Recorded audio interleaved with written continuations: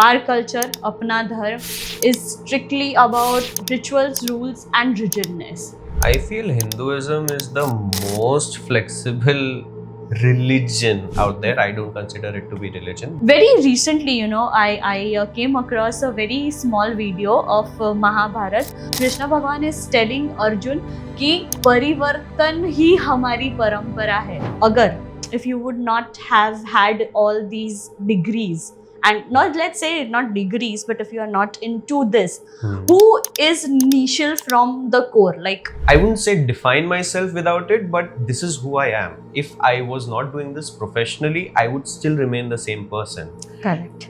You were interested in going towards taking science, and then પછી shift કરી નાખો your Right. interest towards humanities and all. Mhm. તો intelligent science છોકરો humanities માં જાય. Do you think parents say કંઈક, મતલબ they were always very supportive sort of thing? So they've always been that. They're still that. They never questioned me at all. In fact, they were the one who used to ask me, "Ke, when you come back, do you want to still continue with science?"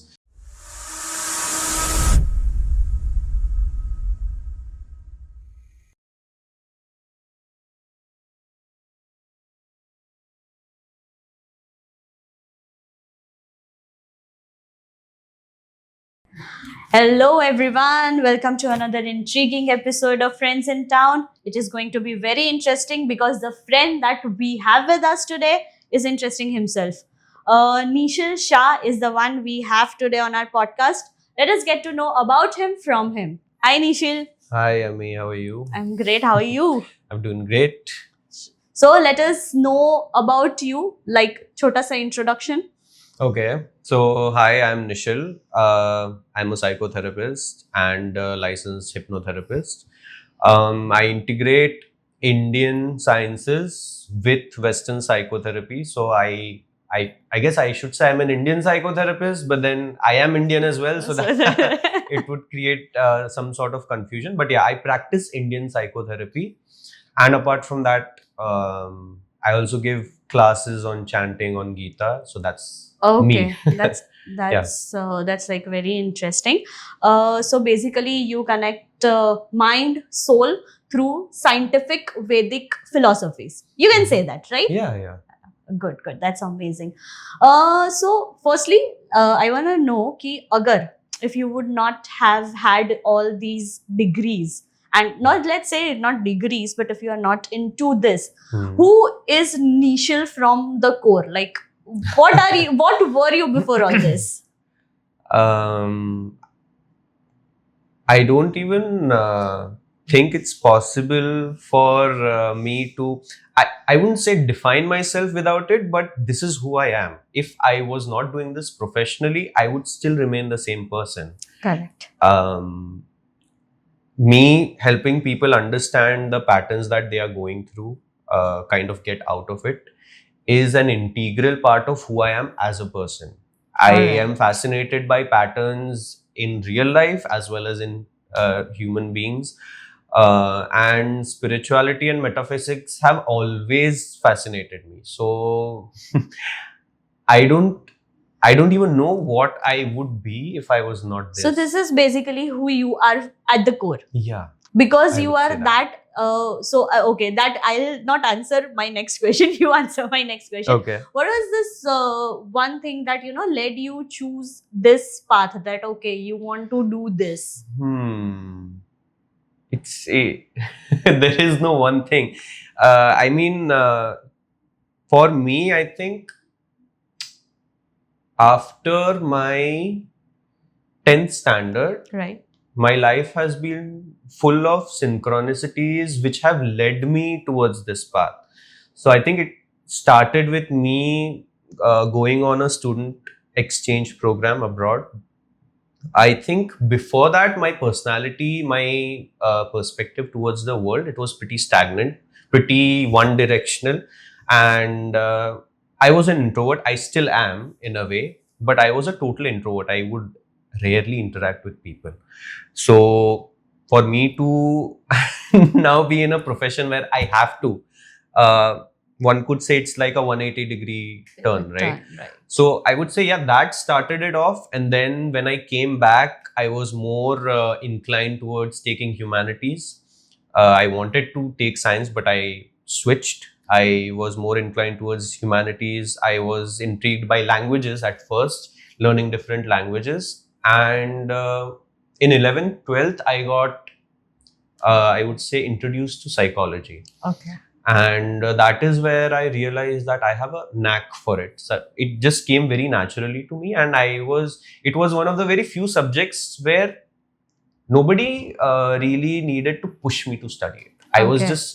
I used to, read aage ke chapters and try to understand.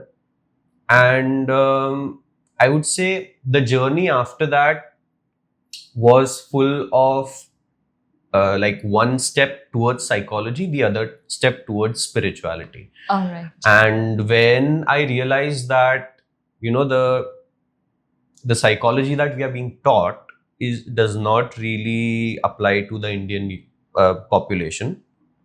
That is where these two steps combined, and I tried to combine it myself. So I would say, since the past 2 years, I've been on a journey of trial and error of developing my own approach of psychotherapy, which integrates a lot of Indian elements and aims at helping people find alignment. Instead of just working on their mind, I would rather work on their body, mind, and soul together. So yeah. Great. That's great. So as you said that you have been you were interested in going towards taking science, and then pachi shift kari naikho your Right. interest towards humanities and all. Mhm. So intelligent science chokro humanities ma jai. Do you think parents se kai matlab they were always very supportive sort of thing? So good thing that you pointed that out. I feel true freedom is when you're giving your child the space to make his own mistakes, to think for his own self, right? Make his own belief systems, and also realize what works for him in the world instead of what has worked for them.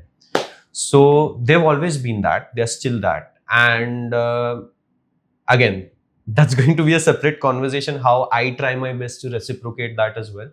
But yeah, so since they were that, they never questioned me at all.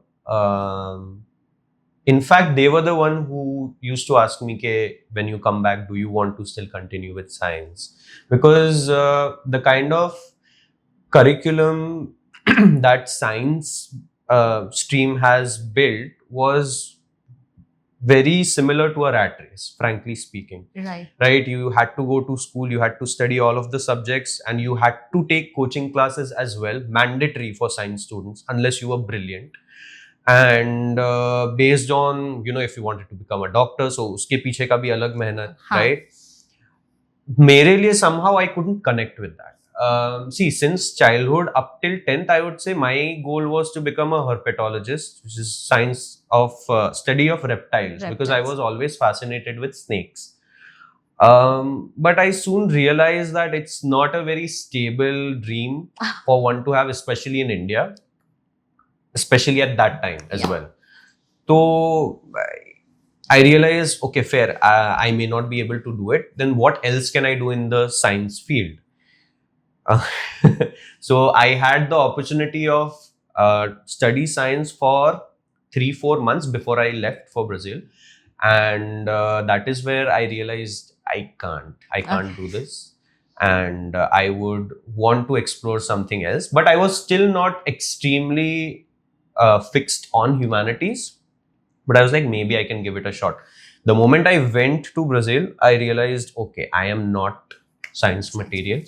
I have to switch. And in fact, like what you are telling me, instead of my parents, there were a few teachers I remember. They were like, why did you shift to humanities? One of them even asked me, you realize it was not your cup of tea. So, I mean, all the due respect to all teachers out there, but I feel that the words teachers use can make or break a child's mentality, especially if they don't have enough support at home as well. I was blessed. I still am blessed that I have support at home. So my confidence never wavered. So I always told her that, it's not that it's not my cup of tea. If I want, I can do it. But it's not me. So if that's not my purpose, makes no sense for me to go down that path. Right. So anyway, yeah, my parents were always very supportive, and even during the course of humanities, so there were multiple end goals in my head as well. Initially, I wanted to possibly pursue photography. Uske baad it changed towards languages. And then we finally, I think by the end of 11th, we finally came to psychology. They were like, you're good at it. And it seems like a more stable future comparatively. And I was like, yeah, I do agree. And by the end of 12th standard, I was able to find a course of like BA, which would also allow me to learn multiple languages. Okay. So when we were looking at different colleges, most colleges, જે આર્ટ્સનું programme હોય છે, it's mandatory to study economics, political science, history as well till second year, and then you can choose your specialty, right? Specialization. With MSU, their bachelor's course is so unique and it's so, I would say, multifaceted that first of all, you can choose your major and your minor in the first year itself. And apart from that, also it gives you a lot of opportunities to learn foreign languages. So I was like, okay, great. This seems like my jam, and let me just go. Also, I did not want to go to Mumbai. I don't know if you can call it a misconception or just a belief. I always used to believe that most colleges in Mumbai, at least when it comes to graduation, there's less studying and more, living out the college life wala thing. And I was not. I have not been that kind of person since school. So I was like, I want to go somewhere where I can genuinely learn, study. So again, MSU seemed like the place for me. And then I think all of my courses I have pursued from MSU itself. From my bachelor's to my master's to my second master's to my postgraduate diploma as well. Everything from MSU. So yeah, I've been very loyal that way. That's a interesting journey, I must say. Okay, so from what you have told me, I want to know that do you think the schooling system, the current schooling system needs to, since you have studied Vedic, Sanskrit and all, do you think they need to include our culture more academically for everybody to know and understand it? Yeah, I feel it's the need of the hour. I think that there have been a few changes in terms of curriculum. I think when I was doing my master's, wo time pe reforms aaye the, educational reforms, and now a lot of our Indian culture has been, included. Included and being promoted from the school level itself, which is great. I feel it is required. I would also say specifically with regards to psychology, to mujhe it's like a very close thing to my heart. If I can contribute in any way possible to the shift of, teaching Indian psychology and giving Western psychology as an option, instead of doing the exact opposite, because that is what was done with us. We were taught Western psychology throughout bachelor's, throughout masters, and then Indian psychology masters mein ek chota sa paper diya tha, and I was like, this is not done, boss. Because if we are going to end up being therapists to the Indian youth, we need something that is more tailor-made. Genetically, Indians, apni je mindset che na, we don't have boxes for different areas of our life, right? We don't have an analytical mindset. What we do have is we experience our life holistically. So at times it gets difficult to segregate, work-life balance that we talk about. The West talks about work-life balance, right, as two different things, that you have equal of this, you have equal of that. But in our culture, work has always been a part of our identity, who we are. We derive a lot of sense of confidence from it, sense of meaning from it as well. So ऐसा अलग अलग हम नहीं कर सकते. So if you try to synthetically do it, you are going to end up in more trouble than you are actually. So rather than work-life balance, I would want to call it work-life integration is more important, right? Okay. A way in which you can live your life with the principles or values that you've built for yourself, and see how you can contribute to the world while obviously monetizing it at the same time. Instead of looking at your work as just a task, which is how the West looks at it, that I am going for a job, I am earning out of it, at the end of the day, this is my paycheck. That's it. And then they have their midlife crisis, and then they realize, oh, I was not meant for this at all. And then they come to India to find meaning. We are in India. Start seeking out meaning from as young as you can start. If you are a parent, try to inculcate these values with your children, right? Help them trust their gut with regards to what feels right to them when it comes to choosing a path, right? We are living in an age where almost everything can be monetized. These podcasts, they can be monetized, 100%. right? Everything you can do can be monetized. You just have to have the zeal for it. So sky is the limit, I would say.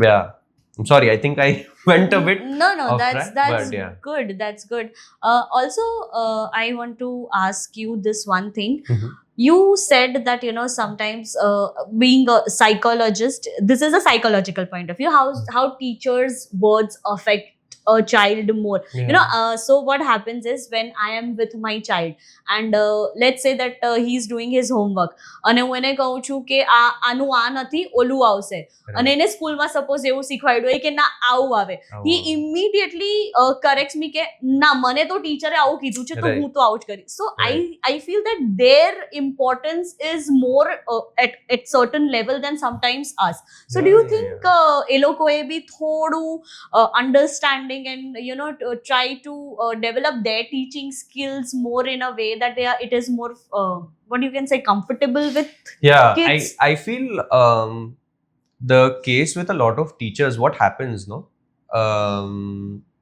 is they are overwhelmed in their own life. They don't have any outlet at all. Lot of teachers do want to be better at what they are doing, but just having teaching workshops is not going to help them.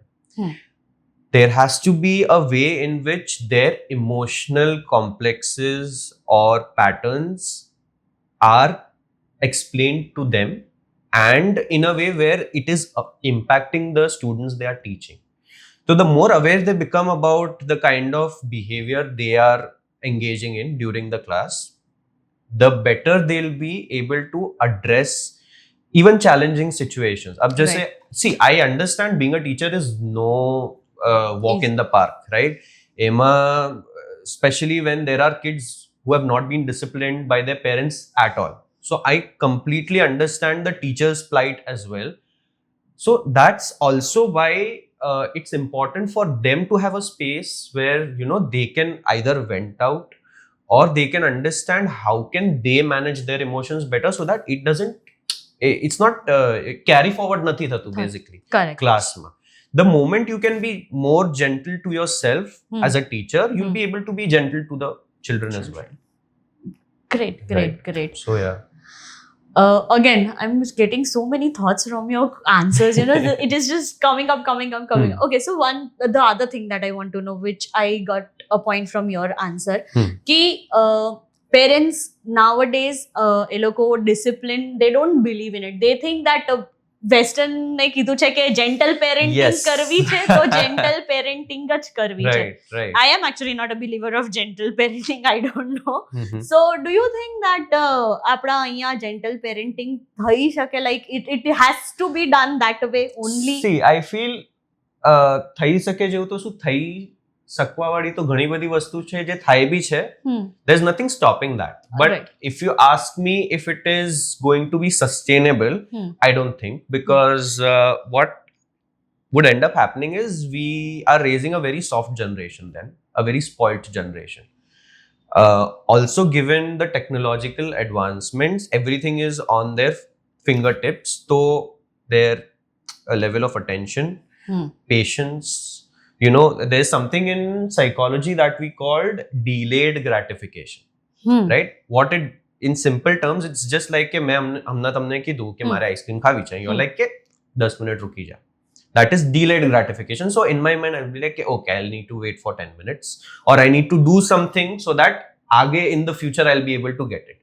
We are reducing that for children. So what children are going to end up believing is કે નહીં, આ તરત જ મળી જ જવાનું છે અને આ તરત જ મળી જ જવું જોઈએ. They'll be seeking for instant success as well. Yeah, right. Exactly, overnight success, and that's what is happening also. So it's getting more and more reinforced in their head. This is the true version of success. This is the true version of wealth as well. Okay. So then what happens is, you start living in dualities. In the sense, the quicker it comes, the quicker it goes. That's something we know, right? And when it goes, the high that you've gotten when you've had that, the low is even worse because it goes away. And you've been so attached to it, ke fatafat thai jase, right? So there is no, apne sthirta kahiye na. There's no stability. And that is why we also see a rise in mental health issues. Yes, I agree that the acceptance of mental health issues has also increased. So ऐसा हो सकता है कि पहले भी थे और अब सिर्फ लोगों को ज्यादा पता है, but at the same time वो राइज भी हो रहा है. You see almost every Tom Dick and Harry having mental health issues, and it's not just ऐसा नॉर्मल कंप्लेन नहीं है, they are genuinely having it, right? And it's because of this. It's the fast pace that we are living in, and just blindly following that is what is causing it. So again, coming back to the point that you were making, I feel, see, if I take my own example, when I say that I have been blessed with good parents who've always given me space and freedom, they've still disciplined me very well, right? I have never gotten away with bad behavior in public spaces, right? And even disrespect towards them as well. So that is something that you have to inculcate in children, right? They cannot take things for granted. They cannot disrespect people in whatever way. And at the same time, obviously, they cannot stand for disrespect being done to them as well. So, wo hai, that is the bare minimum. Baki, then how you want to customize your child, that's up to you. Okay, so now let's come to a little bit of your professional aspect. So, psychology is basically, basic terms ma, study about your subconscious mind. And this Vedic thing is about your higher consciousness. How did you think, that you could connect these two and come up with an entire new approach? And how is it helpful in, like, for example, my day-to-day life, how it is, you can say, applicable sort of thing? Okay, right. So psychology is the study of mind and behavior. And when we were doing the course, right, we have various schools of thought which try to, attempt to explain behavior in different ways. Alag-alag lens ma karta hoy. So we've had schools of thought which look more at कि तुम्हारी childhood, तुम्हारी upbringing केवी रही है, your relationship with your parents, how have they subconsciously changed your patterns, right? You have schools of thought which focus more on behavior per se, reinforcement behavior, inner per, तो AV schools है. But then you have schools of thought which have focused more on the human nature, which is endless potential and all of that. Now, all of these are different schools of thought. Okay. When we talk about our Vedanta, right? So, in Hinduism, we have 6 orthodox schools of thoughts, knowledge systems, and almost all of them explain human existence in the same way. Yes, there are a few technical, I would say, details which are different, but they do not focus more on X, Y, Z. Okay. Like the West does. The West does is like कि बचपन में ऐसा था, and then अब ऐसा है कि आगे क्या potential है, right? Right. In Hinduism, all of it is combined, right? The approach may be a bit different, but they treat human beings as the same. Okay. So one of the schools is called Vedanta. Okay. right? And that is the school I studied basically during my masters.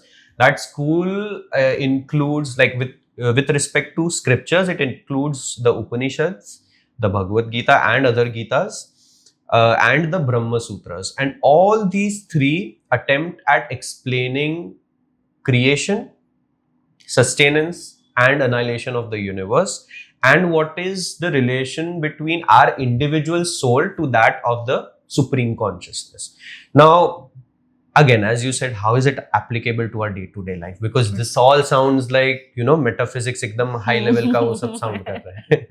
Now what happens is, normal psychology generally has three pillars. When we talk about mental health, we consider three pillars: health, wealth, relationship, right? And issue in any one of three tends to flow down the other two as well. And kabhi kabhi aisa hota hai ki the other two helps you deal with issues of one, right? Ek example de do कि sometimes you are having issues with wealth and health as well, but if you have a very good partner who is seeing all of it through, so you get that support, I would say. Now, according to Indian perspective, spirituality is also equally a pillar. So there's a fourth pillar, which is spirituality. Now, what exactly is spirituality? In very simple terms, it is knowing the nature of your soul. The entire journey that you take towards knowing the nature of your soul is spirituality. Okay, now why is that important? These three, the other three pillars, are based on who you are in this world, your identity. But that's not your true reality, right? Who you are is inwards. It is not the role you are playing. It is not the name you have. It is not the wealth you are earning. Not the kind of wife or husband you are or you have. Nothing at all. So at the end of the day, at the end of your life, you'll still come back to this. So might as well live with it. That is what our culture teaches us, that spirituality has to be interwoven in daily rituals. And that is why the importance of rituals is so high. Because if you tell a layman to just sit and meditate, he won't be able to do it, because it's difficult to control our mind. Even people who are like veteran yogis, even they have difficulties in controlling their mind and urges. So you can't just sit and do it. So that's why certain rituals are prescribed, which help us ground ourselves first, and then we can move towards the path of meditation possibly. There are still going to be certain people who are not wired that way. And the best part about our culture is that there's a lot of scope for individual differences. આપણામાં એવું કહેવાય છે કે every human being is born, though all of us are same, but all of us are born with different tendencies. We are wired in a different way. So my path towards liberation may look very different. Yours may look very different, right? So there is no one single path. So and this is explained. I'm taking this from the Bhagavad Gita, whatever I'm talking about. And उसमें भी specifically लिखा है कि it is always better to follow your own path, your own karma and dharma, instead of trying to copy. Right? The moment you do that, even if it feels that you are failing, you're still going to succeed in the long run. Instead of succeeding using someone else's dharma or karma, that is going to be short-lived. Because adhyatmically, it's not you. Right? You are externally, yes, you are copying, and you might possibly get the same results, but on the inside, it's not the same. Your soul was meant to have a different journey, but you copied and you were off the path that you were meant to be on. Wow. This is very interesting, actually. I'm getting so many thoughts. Okay. So I would want, since you explained all this spirituality and all the aspects of our Vedas and Granths and everything, I have this feeling that nowadays people are losing their faith and the essence what our culture has. not just like younger generation. There was a time, thoda time pehla, I have actually started again, regaining the faith and everything Right. very recently. Right. Ana pehla I also did not used to believe in it. Mhm. Not believe in the sense ki I used to feel કે ઠીક છે યાર, મતલબ શું કામ છે આનું, શું કામ છે આનું, this is all અંધવિશ્વાસ, this is all nonsense and all that. Do you think ki now that I know that everything has a logic and everything has a proper explanation, but do you think that we actually need to dig deeper? Every individual needs to dig deeper in our history and understand that why this thing has been told or why we have been doing this, Right. and bring it back again. Yeah, I mean, if you ask me if that should be done, it should be. But whatever is happening right now or whatever has been going on in the past was also meant to be, in the sense, when you are following a certain lifestyle for the longest time, once it becomes normal for you, you also tend to take it for granted. The way nature works is it gives and it takes. That is how the seasons go, right? The same happens with the collective consciousness in general. The way civilizations work is the same. You have something, you have a lot of abundance of not just wealth and health, but also of these ideas, spiritual ideas. So there was a time where ye bahut ho raha tha, right?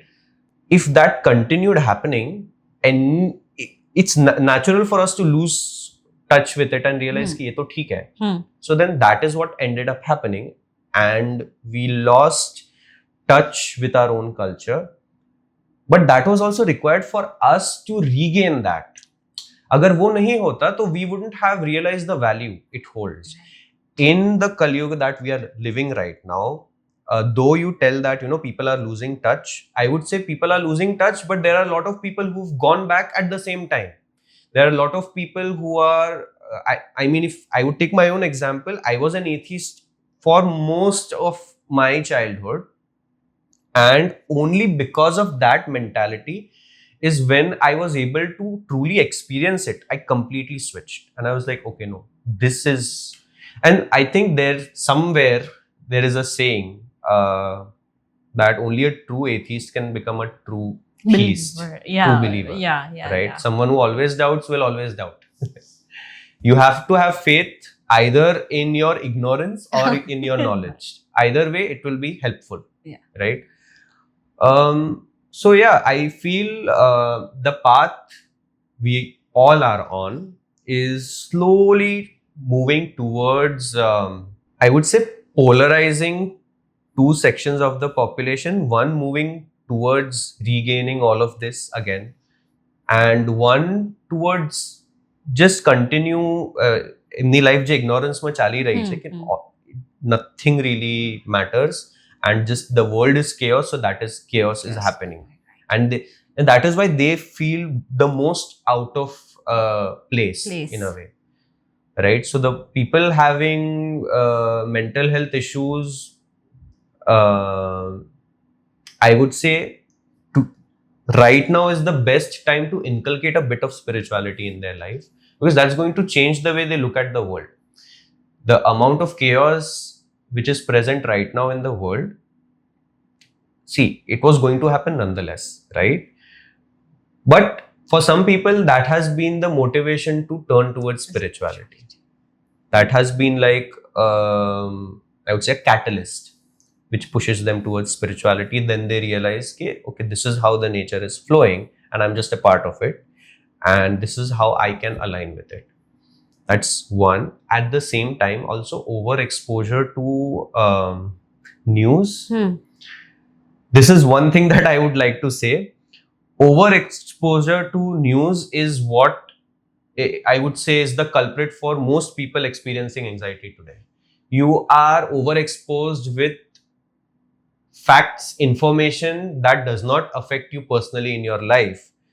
તમને કોઈ લેવા દેવા નથી એના સાથે, but you look at that, you get influenced by that, and your entire day, it is running in the background, and the way you look at life then is colored by whatever you watched or you keep watching or listening. So then you are like, oh my god, उसके साथ भी ऐसा हुआ, इसके साथ ये हुआ. So your mind is constantly forming webs. You are not able to look at reality as it should be looked at, right? And but obvious you're going to feel overwhelmed by the end of the day. You're like, ये बहुत काम किया, काम कुछ नहीं किया है, सिर्फ दिमाग चल रहा है, right? So, but sorry, contradicting to what you said, don't you think that today, given how the world is today, uski problem, meri problem banana is somewhere also needed to bring a certain reform that we want? Very interesting take. I feel it has to come from within. There are certain people who are wired to bring reform. Their gut keeps telling them, नहीं, ये गलत हो रहा है, I should do. ये गलत हो रहा है, I should do. If you think about the entire population doing this, it's not feasible. It shouldn't be feasible as well, right? Every human being with a specific tendency exists in this world for a specific purpose. So if we have a group of people who are reformers or the rebels, they exist for a specific purpose. But if we start thinking all of us should start following their footsteps, not feasible. Then the world will collapse because there won't be anything to reform about. But their innate tendency is to rebel. वो कभी खत्म नहीं होगी. Similarly, how on the opposite spectrum, if we consider there to be, let's say, gurus, right? Someone who leads. If there are no students, who will lead? You see a rise in gurus, you see a rise in trainers, life coaches, everything. Let us not talk about their authenticity. But if all human beings become gurus, which is not possible, but you're understanding the conundrum here. कि वो हो ही नहीं सकता. Right. So I wouldn't say कि stop yourself from doing it, but pay attention to what your gut tells you. Do not, when I'm telling you कि if you're constantly overexposed with different things, your gut won't be able to have the space to speak up because your mind is completely colored by the perception of other people, and then you feel कि हाँ मुझे भी करना चाहिए, भले आप हो ही नहीं उसके लिए, and then you start feeling anxious or you start feeling depressed because it's not your role to play, but you're trying to play that role and you're failing. तो फिर वो guilt भी आ जाता है. So there are a lot of things. So I feel that a person has to evaluate what kind of a person they are first. Introspection is must. And if any process, if any therapy helps you on that path of introspection, do it. Right? And then you take a decision. See, there's no right or wrong here. Whatever is aligning with you, that is right for you. So, बोलते हैं ना हम कि there are a lot of hot takes. We are living in an era of hot takes. People are like traditional woman वाली जो बात है कि feminism वाली भी बात है कि certain people are like women should be stuck to, or certain women should be traditional only or whatever. See, whatever works for that woman, that's fine. Right. Because every woman is wired differently as well.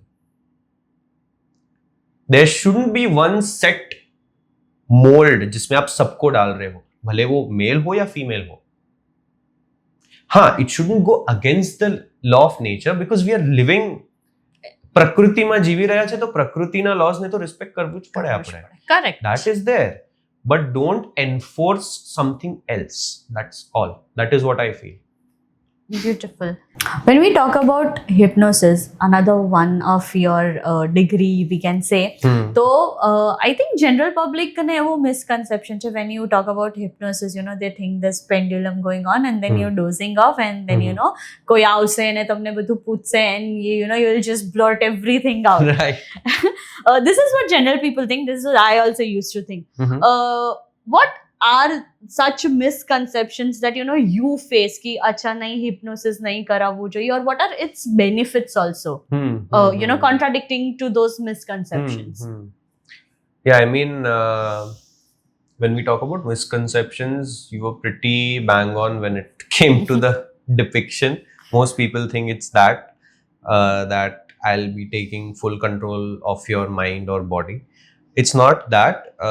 See, clinical and applied hypnosis is a therapeutic tool. I cannot do anything without the permission of my client, and even without them mentally accepting it as well. So unless they feel कि okay, no, we are comfortable, I won't be able to, हो सकता है trans में ले जा पाऊँ, but the whole point is we both are unanimously deciding to work towards their goals, whatever they want to do, right? And on that journey, if they feel कि okay, this is not going to work, तो मैं कितना भी try कर लूँ, वो results मिलेंगे नहीं उनको, तो then there is no point, right? When it comes to benefits, see the benefits, I could write a book about it, frankly speaking, because almost everything that normal talk therapy provides you with, it provides you with as well, plus double more things.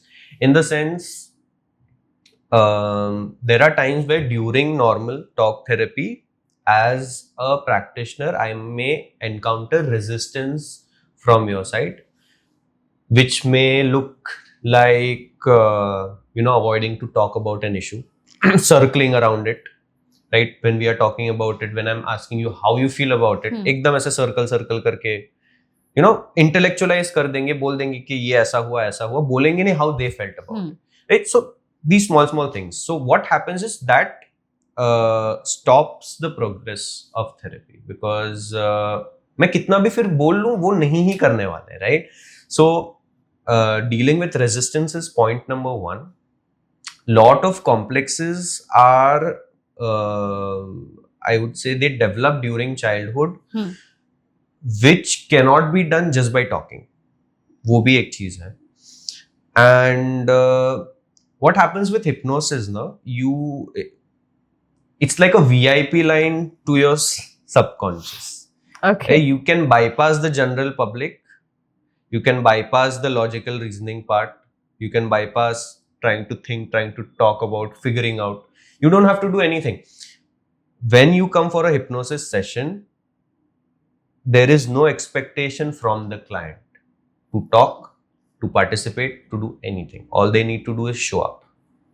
And whatever they are going through, जो भी issues है, they'll resolve on their own self. The whole onus comes to me then. How am I trying to rewire your subconscious? And इसमें ऐसा है, when we talk about the duration.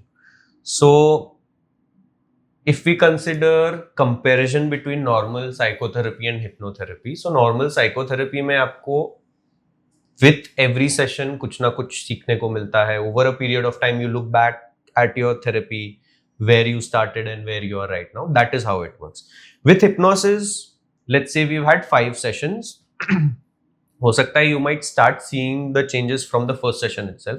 हो सकता है the changes might happen after 2 months of taking those 5 sessions. But once they start happening, it starts unfurling and then it never stops. I have personally taken hypnosis as a child. I used to have an extreme irrational fear of darkness. I just took 1 session as a child. वो time पे I was like कि ये क्या है? कुछ समझ में नहीं आया मुझे. I'm like, this didn't even work. I'm still afraid of darkness, right? But धीरे month by month थोड़ा I started getting more comfortable with it. और ये मैं भूल ही गया था कि मैंने hypnosis session लिया भी है. So that is how it works in the background, right? वो background में वो cleansing, वो transformation चल रहा है.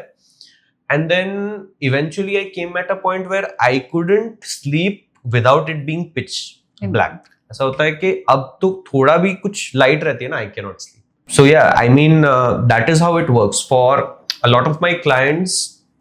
When it comes to addictions, I work with people with addictions through hypnotherapy. Generally, addictions is something जो खाली बात करके नहीं निकल सकती.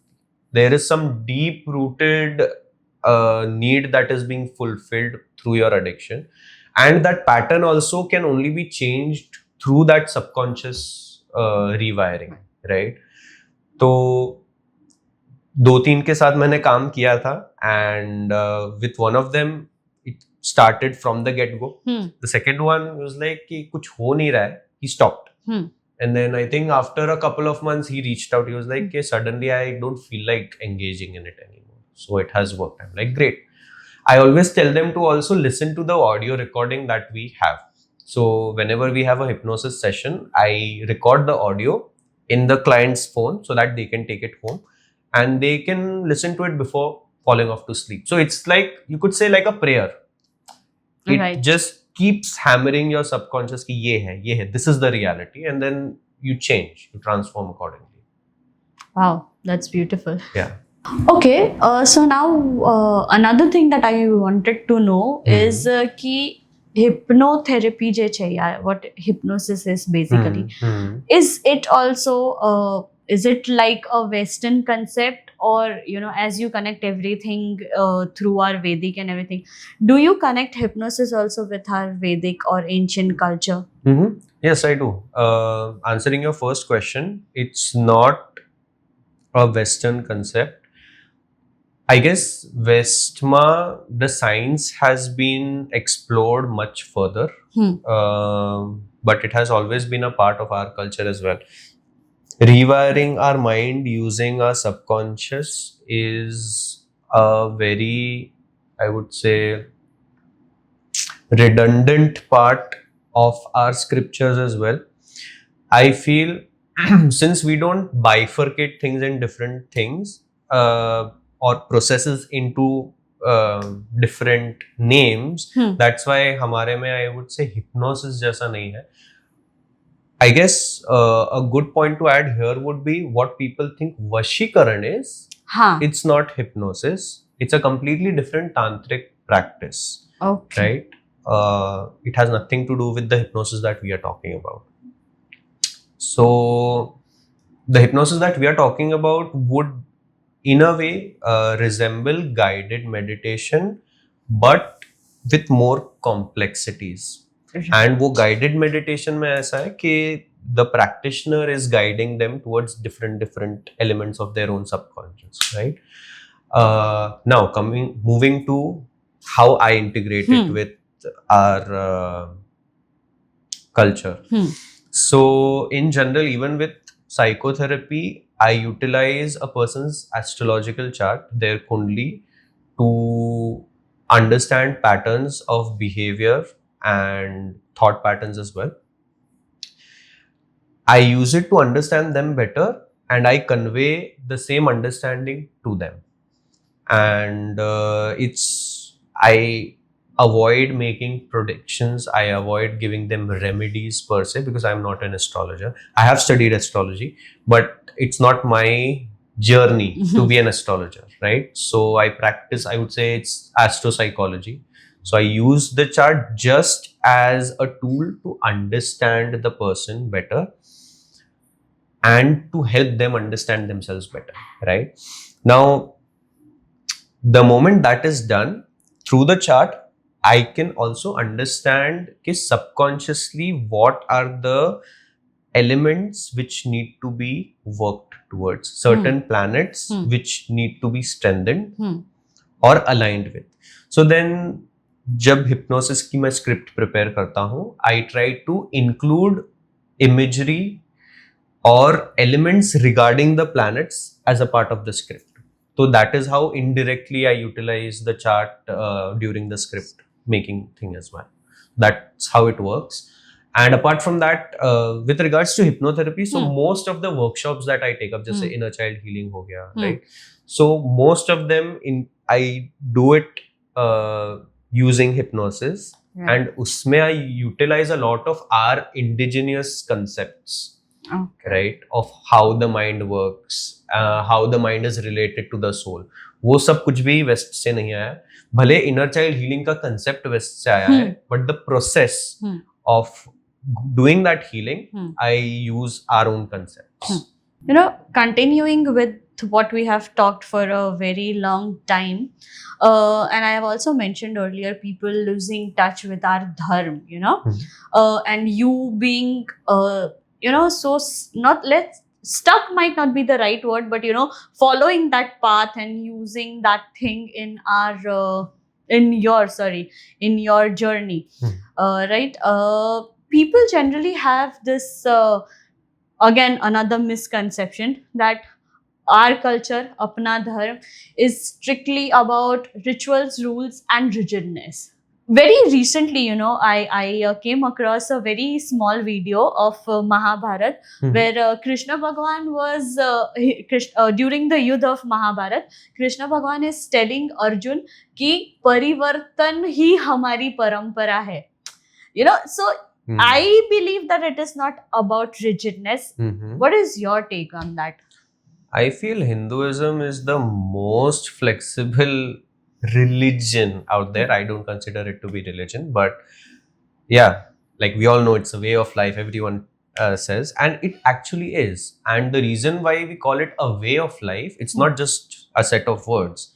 See, the intention behind the ritual matters more than the ritual itself. If at the back of your head you have a thought that if we don't do this, this will happen, chances are it may end up happening. That doesn't mean it happened because you didn't do the ritual, it happened because you believed it so. And that also helps us understand the power of our own mind over things, right? Mind over matter, as we say. So if you ask me about rituals or rules and regulations, so I feel I would connect it with my journey of workshops as well. So initially when I started doing a bit of trial and error with astropsychotherapy, eventually I also realized that okay, I'm addressing one person at a time through therapy and helping them on their spiritual journey as well, thoda thoda. But what about the general population who don't want to go through the process of therapy? What about them? And I also saw a lot of misconceptions regarding Bhagavad Gita and a lot of weird courses around it as well. Jisme it was being, one verse at a time, one verse a day, वैसे करके Bhagavad Gita simplified and all of that. And I'm like, you cannot simplify a spiritual text which is so rich, which is so heavily based on contextual verses. You cannot just take one verse out of it and say कि आप हर रोज एक एक verse करोगे तो आपको समझ में आ जाएगा. नहीं समझ में आएगा. आपको ट्रू मीनिंग ऑफ गीता तभी पता चलेगा when you understand the context behind each and every verse. There's a reason why there are 18 chapters. There's a reason why the 18 chapters are aligned in such a way, right? So I thought, okay, enough being a critic. If I want a change, I should be that change, right? So I started with my own course this January, and my purpose was basically to reach out to people who do not know Sanskrit at all, B, who are curious about our culture, who want to begin their spiritual journey, but they don't know which scripture to pick up, or they know about Gita, but they don't know how to approach it. Because most people read it, get bored, stop, right? So I was like, how to make it more interesting? So my focus through the course was to explain the day-to-day implications, right? Explaining all of the verses in a modern lens. कि अच्छा उन्होंने ये बताया. What does this actually mean? Not from a religious point of view, not from a bhakti point of view, not from the point of view that Shri Krishna is the greatest of all. No. But from a point of view that Shri Krishna is also a manifestation of the supreme consciousness, just like every other Devi Devta, right? So on that journey, I had a lot of students जिनसे मैंने बहुत सीखा है, जिनसे मैं भी काफी inspire हुआ हूँ. In the sense, my first batch, when it was about to get over, it just got over last month, they were the one who inspired me to start with stotram chanting classes. Wow. So मेरे दिमाग में नहीं था ये. What we used to do is, every time in our Gita class, we used to chant the Dhyanam mantra, which basically helps prime your mind to be able to pay more attention. Basically वो होता है, and you are asking for permission कि okay, now we are going to start studying Gita, please give us our blessing so that we may able to absorb all of it, right? Right. तो उसकी chanting से शुरू की थी. I was like कि ये ही आपको संस्कृत चैंटिंग करनी है, बाकी ड्यूरिंग द एंटायर कोर्स आपको कुछ संस्कृत में ना आपको रटवाया जाएगा ना कुछ, मीनिंग पे फोकस होगा, right? And then by the end they were like कि यार ये तो हो जाने वाला है, अब व्हाट एल्स, वी आर अब बहुत उत्सुक हो रहे हैं, we want to learn more, we want to understand more, if there is anything we can chant, because what happened is during the entire journey of Gita their mind transformed, it became more connected with the process, it became more open to the idea of chanting, right? So they were like, can we have something like that? So around that time was when I was thinking, should I start with stotram chanting if people are interested? Because there has to be a certain rhythm. We call it meter, chand, right? There has to be a specific meter in which every stotram is chanted. The meaning, the way in which you chant, right? And the visualization behind it, which helps you connect with a specific deity. Now, that is also a very strong way of beginning your spiritual journey, finding your Ishtadev or Devi, Right. which is basically any deity which is close to your heart, closest to your heart, right? Correct. So I was like, let us start. And I think within a month, I started with my Stotram chanting classes, and that is offline. Bhagavad Gita classes were online so that people from anywhere can connect. But since we are chanting, it has to be offline. Everyone is chanting the same thing with the same same energy, and it is magical. Almost everyone who leaves after the class, they're like, the entire day goes with so much energy and zeal, we would want to do it every day. So again, all of this has come through the blessings of my own students, and my students, the reason why I have them is like, it started with an idea, okay, this has to be changed, right? People need to know the true essence of Gita, and that is where the entire journey began from. So I am possibly living a dual professional life, wherein at one end I am a psychotherapist, right? And on the other end, I mean, I can't call myself a teacher or a guru, but I would say guide. So a guide who is helping people connect with their spiritual journey through multiple ways, through understanding the true essence of certain scriptures, or be it through chanting certain stotrams and getting connected to the energy of those particular deities. So this entire journey has been equally rewarding for me as well. I derive a lot of satisfaction from it. So yeah, I guess when initially you asked, that if you take this from you, what remains? I think nothing remains. Yeah. That's great. That's great. You have so much of connection with people whom you teach or guide, as you said, and people who come to you for help, and having so much of knowledge about everything that you have learned about our scriptures and whatever it is.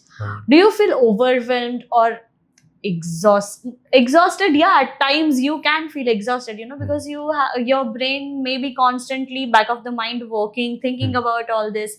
How do you cope with such what can I say, like knowledge, so much of knowledge?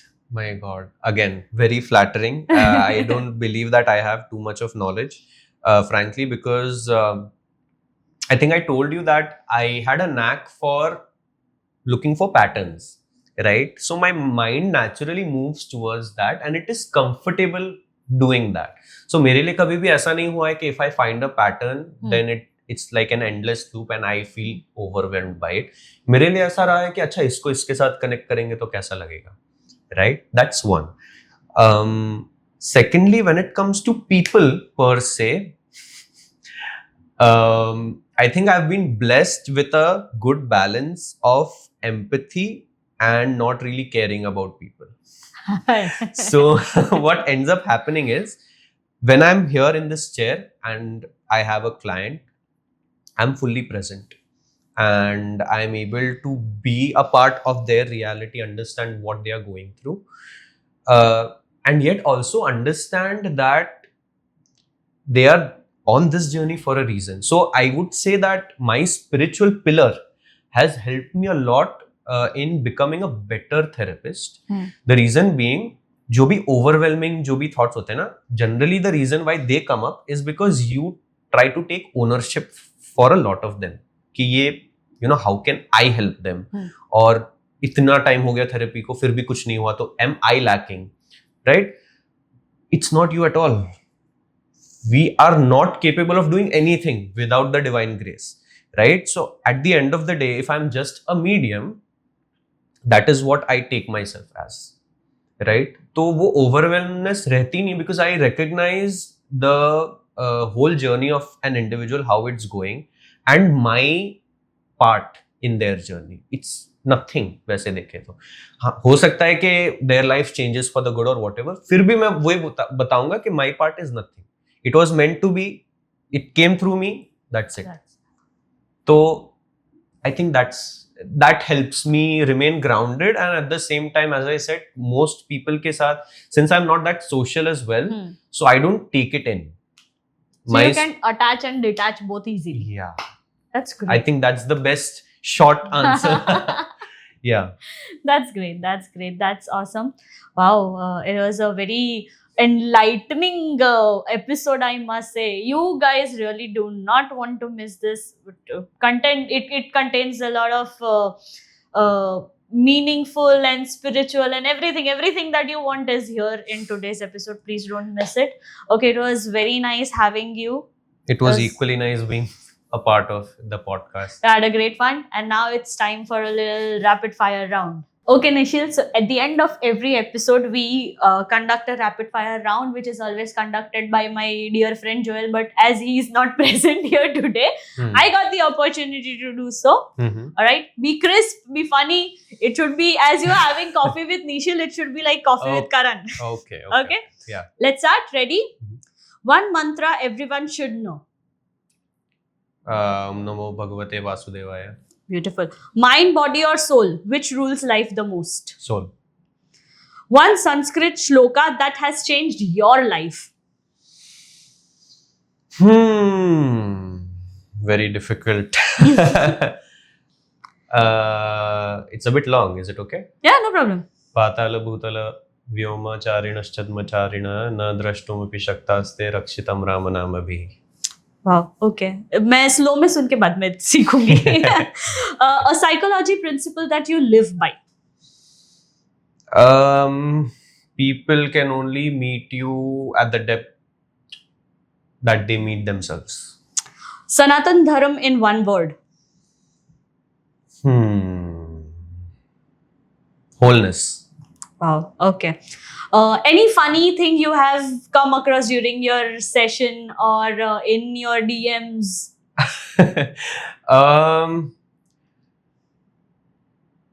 I remember I had a session once, and it was with a lady far more elder to me, and she was on the verge of breaking down, and I cracked a joke, and she kind of had tears in her eyes, but she started laughing as well.